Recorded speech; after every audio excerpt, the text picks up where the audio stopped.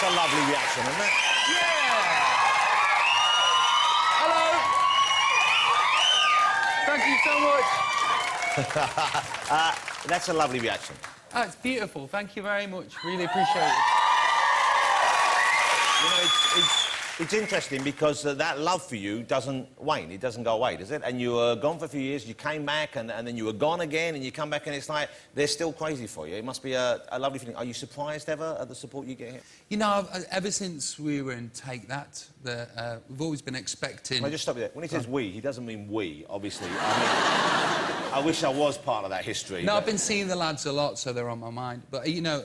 I've always gone, right, is it this Christmas or is it this Christmas that they're going to go? And, you know, and people kind of that you're going to lose that support? Yeah. You're gonna lose that. Yeah, and then when Rude Box came and it got panned and it didn't do that great, it was a bit, oh, now's the time and here's your golden clock and off you go and thank you very much.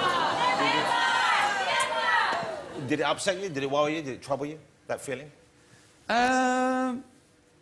It was a mixture, really. I was kind of... there was a weird sense of relief that stuff didn't have to be that massive anymore. So, interesting you say a sort of relief, because certainly anyone who's in the public eye, there's a certain level of trying to keep doing what you do. And there's a need and an expectation that your fans have of you. They want you to be Robbie kind of all the time. And although you are Robbie, you're not the public Robbie necessarily all the time. And that must take its toll, I guess. So I guess, was that the relief, the fact that you thought, OK, I can relax from being public Robbie for a while, I don't have to deliver this, I don't have to be who they want me to be, even though you like it when people love you? Yeah, I think kind of the decision was made for me, really. You know, I went on tour and... you know, I managed, luckily, you know, gratefully, sold 3.6 million tickets for this tour.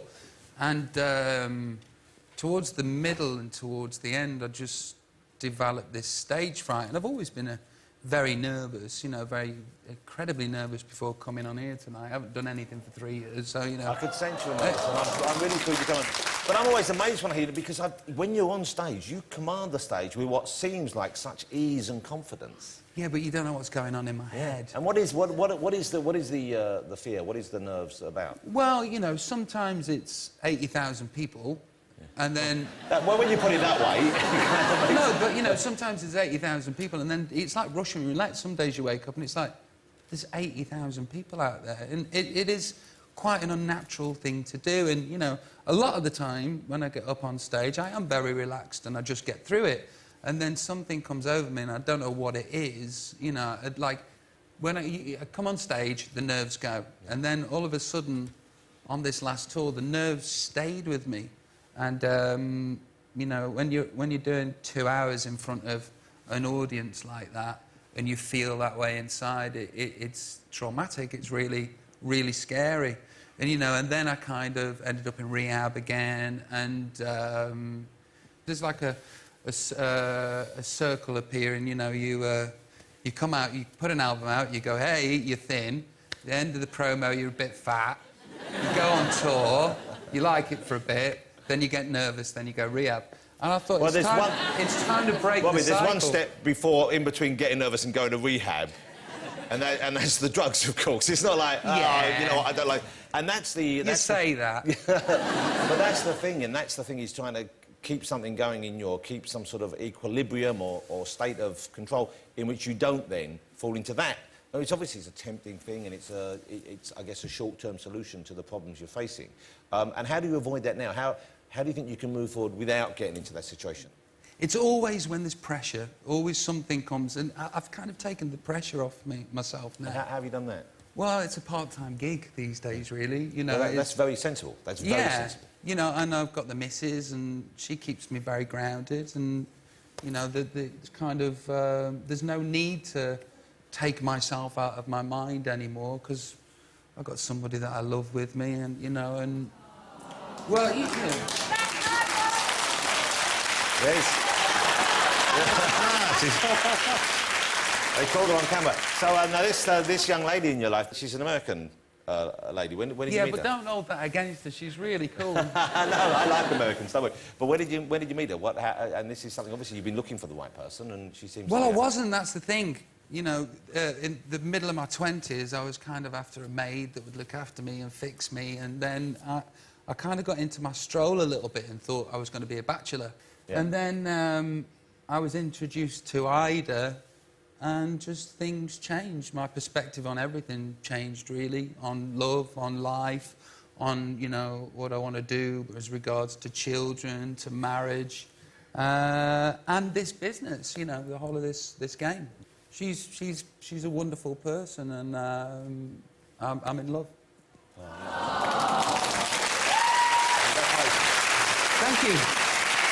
Thank you. Well, that's the key, you know, to have someone who you can unwind with, someone you can go out to afterwards, and if things are going well or not going well, you can just say, this is what's happening, and let's just sit in bed together and watch some bad TV. How often do you fall out with your missus? Well, probably once a year we have a proper row. Right. And it's always about something stupid and petty and nonsensical, you know, and always afterwards... And when did they start? Did you argue a lot at the beginning or not? Well, my life's changed a lot. Like, you see, I used to drink quite a lot, never like a problem, but like, hold on, it's my show, will you? Oh, you're good, Williams. Oh, you're good. See what I did, the switcheroo? Oh, that was like he was playing that thing. I didn't know where the ball was anymore. But no, you know, I've changed a lot, and, you know, it's... Just glad I've got someone I can talk to about it. But without her, I don't think I could have survived and stayed sane trying to do what I do. I don't think I could have done, and without my kids. And that's a lovely thing. You mentioned you changed your approach to family as well. Are you planning kids? Are you planning a family? Yeah, yeah.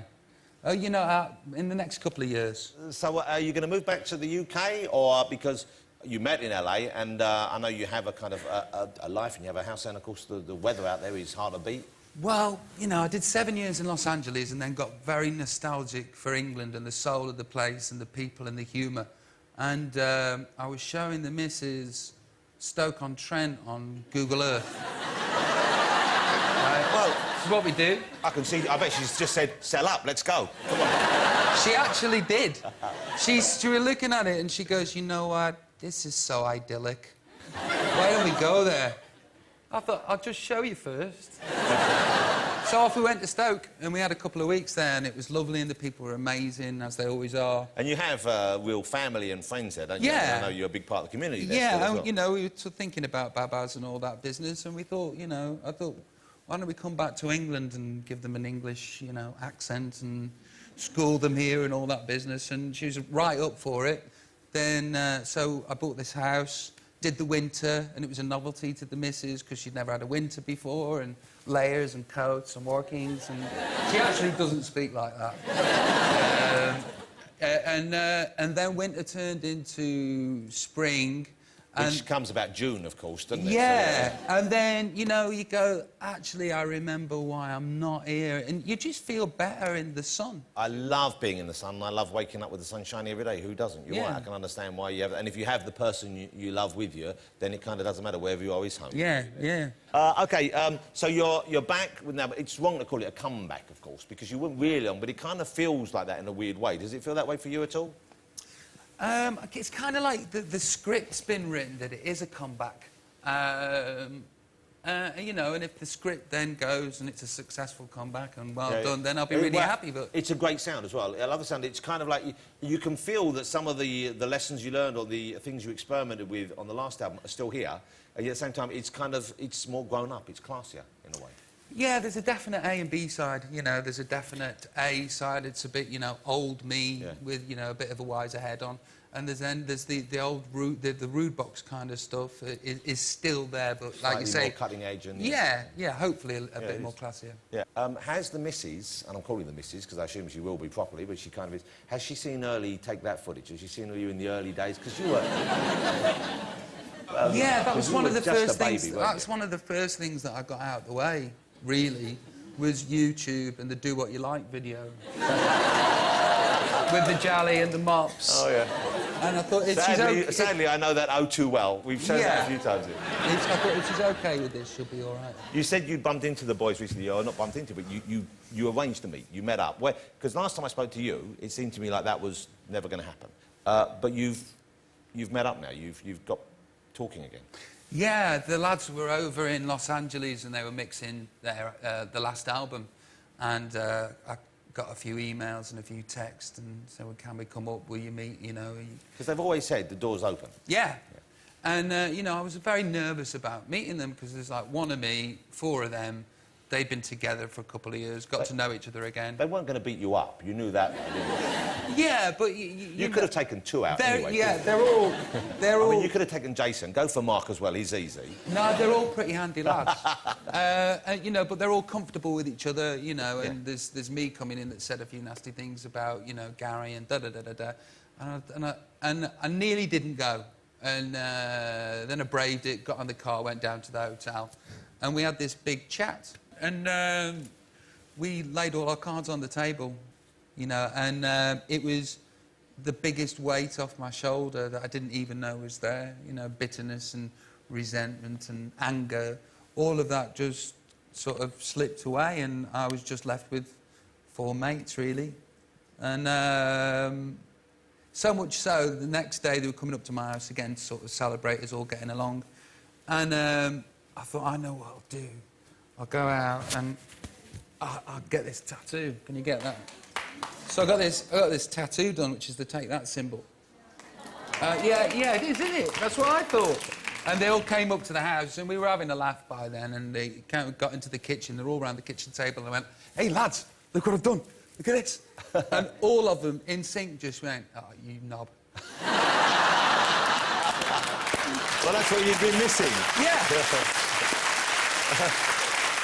Can I just say as well, well, it's a beautiful story, but man, how did they get the tattoo through your hair? It must be, it's like tattooing a chimp. Look at how you got that. So do you have to shave it off first? Pretty manly man, that, isn't it? Did they shave it first? Oh, yeah, of course, yeah. Have you got any tattoos? I've got one up here. What of? You. Oh, really? Well, wait, have you I've got my wife's name up there. Are you thinking of having any more? What, wives? No, I'm going to stick with something 21 years. It's working. Have you talked about working together again? Have you jammed? Have you sung with them? Have you knocked any songs about and tried that yet? Might have. Might have. We've got together and had a laugh and done bits and bobs, and it's very, yeah. I can't say much, but yeah. Without saying too much, would there be a chance that we might see you guys together sometime in the not too distant future? I hope so. I hope so. You know, there's it.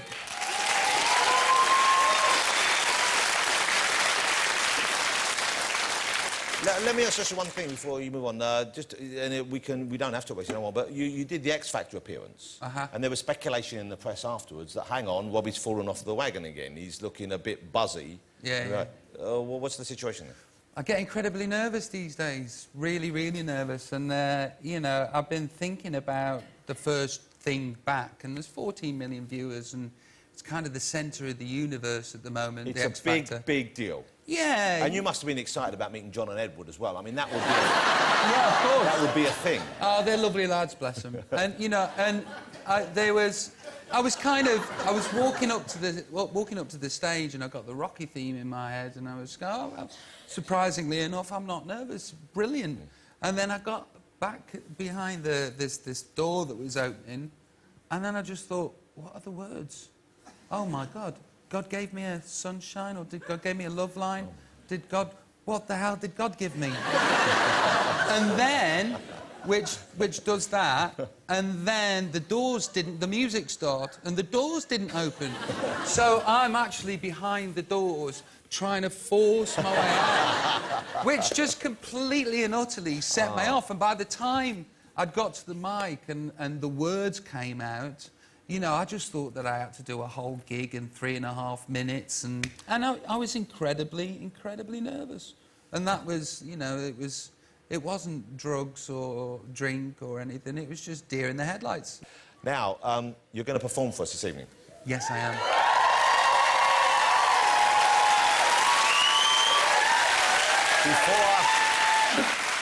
Before you do, I want to say thank you for this interview, because it was so lovely. And you know what? I felt like you seem so settled now, and I'm so pleased to see that. So congratulations. Thank you very much, Jonathan. Thank you.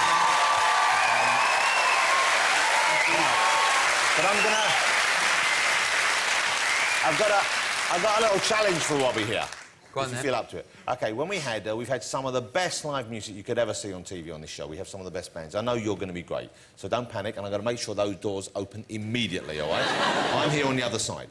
But we had the Killers on a while ago, and everyone talked to me about this because they did not 1, not 2, not 3, they did 4 fabulous live numbers for us, OK? I want to see if you would raise the bar even higher. 5. Come on! 5 numbers from Robbie. Now, here's what we're going to do. I knew Robbie would rise to the challenge.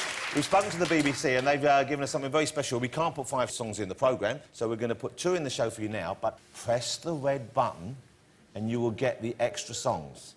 So you'll be able to see all 5 of Robbie's songs, and then I will be joining him for 7 or 8 self-penned numbers afterwards, which we will perform acoustically into the early hours.